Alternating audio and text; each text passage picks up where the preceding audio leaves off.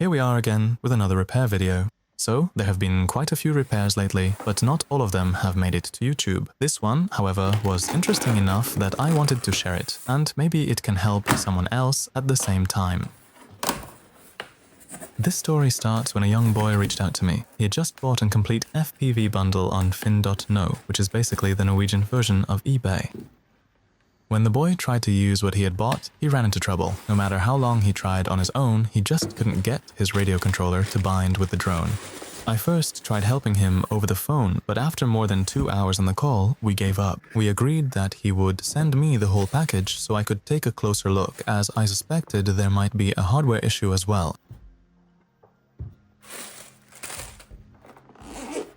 His radio is a Radiomaster TX15, which is a really solid transmitter. It comes with ELRS support for both 2.4 GHz and 900 MHz right out of the box.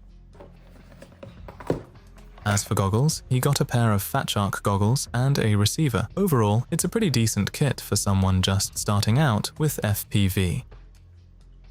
The drone is a classic 5-inch analog iFlight bind and fly. Judging by what I can see, the ELRS receiver appears to have been installed later. You can actually see that the antenna is just lying loose inside. Before I do anything at all, I like to try to recreate the problem on my bench, because sometimes the problem isn't exactly the way I understood it, so it's always a good idea to test things first before I start looking for the fault. I always use a smoke stopper when I power up a drone if I'm not completely sure about its condition. In some cases, it can also reveal if there's a short or if the drone is pulling more current than it should. I can see that the transmitter actually connects to the receiver. My initial thought was that this was the problem. But what I also notice is that the drone doesn't react to any input from the transmitter. Another thing I see is that the video feed in the goggles disappears the moment I try to arm the drone, which is very strange. I can also see in the OSD from the link quality warning that the flight controller isn't communicating with the receiver at all. The next step is to connect to Betaflight and see what's going on.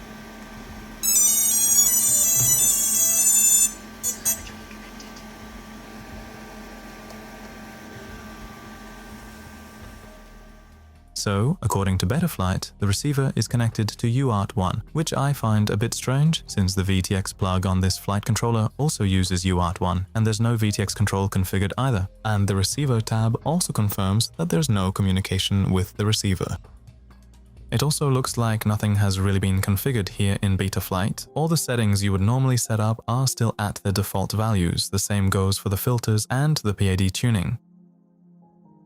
But to move forward with the troubleshooting, it's time to take the drone apart and see what we can find.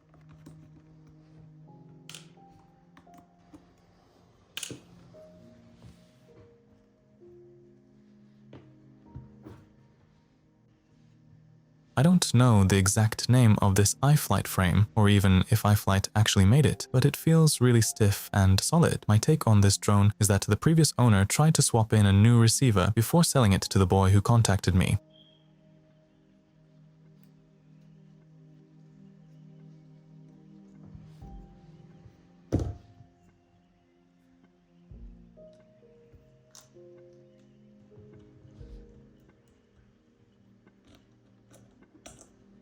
So at this point, it becomes pretty clear why this drone is having issues.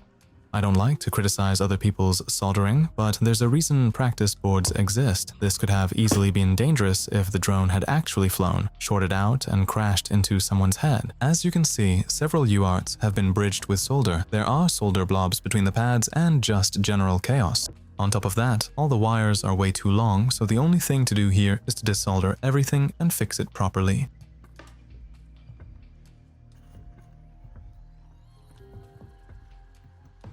The ESC and battery wires are really well done. You can clearly see that these came from iFlight and haven't been touched since. Given how the soldering looked on the flight controller, I also want to take a close look at what's been done on the receiver. At least they used heat shrink, but they just forgot to actually heat it up. It doesn't look quite as bad on the receiver, at least it's not shorted, but I'm going to resolder it anyway.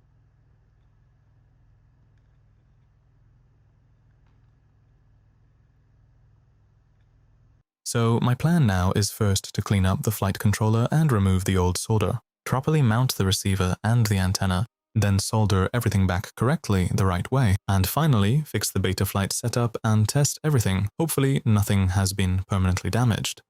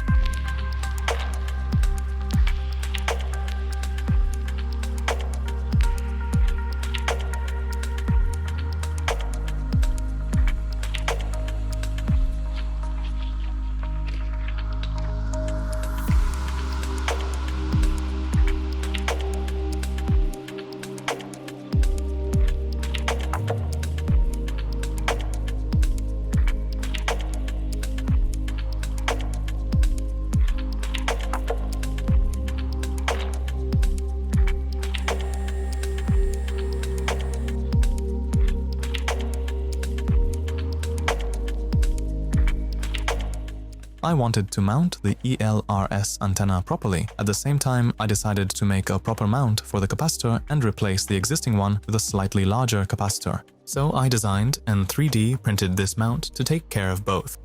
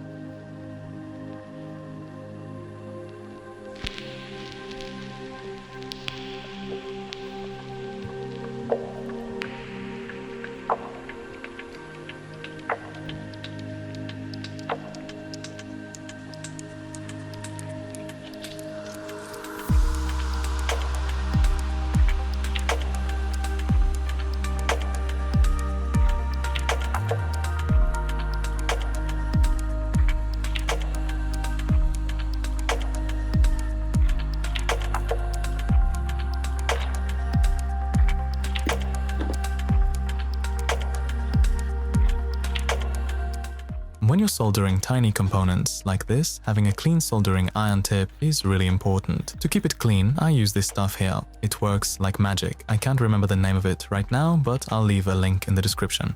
Just make sure not to inhale the smoke when you use it. It smells pretty unhealthy.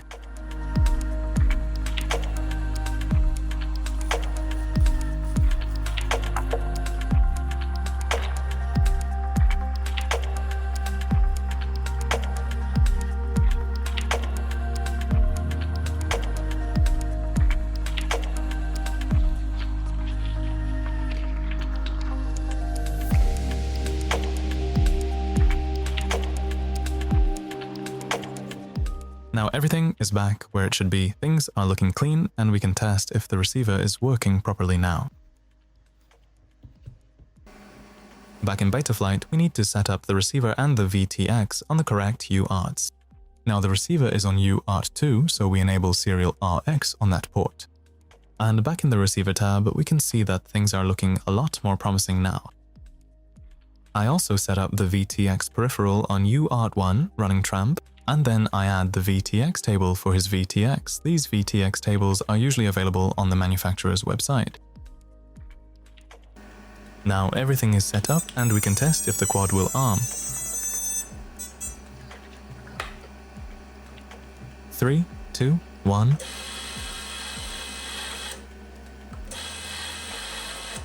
Looks good. Luckily for the boy who owns the drone, nothing was damaged from being shorted.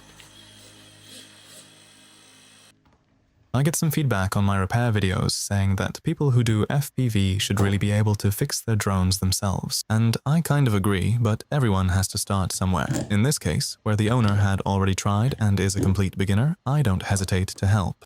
And that's part of the reason I make these videos. Maybe they can help someone else get started with repairs on their own. And since I hardly make anything from these jobs, I've added a link to my Ko-fi page in the description in case you feel like making a donation. The drone is finished. Unfortunately, I can't test it outside in this video because of the weather, but at least it flies on the living room floor and the video feed no longer cuts out when you arm it. I wish the drone's owner good luck, and I hope to see you again in the next video.